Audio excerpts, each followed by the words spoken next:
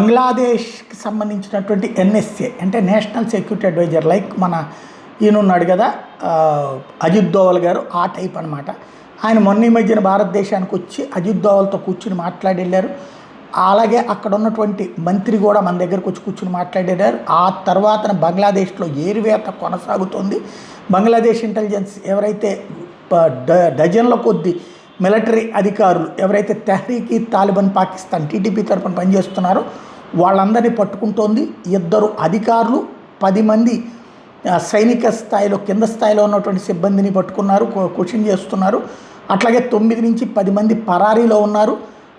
పాకిస్తాన్ పారిపోయి ఉంటారని అనుమానిస్తున్నారు. పాకిస్తాన్, పోర్చుగల్, టర్కీ, న్యూజిలాండ్ ఆ దేశాలకి పారిపోయి అక్కడ తలదాచుకోవడానికి సిద్ధపడ్డారన్నటువంటి విషయం తెలుస్తోంది. కాంప్రమైజ్ అయినటువంటి ఆఫీసర్లని వదిలిపెట్టకూడదన్నటువంటి బంగ్లాదేశ్ ప్రభుత్వం కూడా నిర్ణయించుకుంది.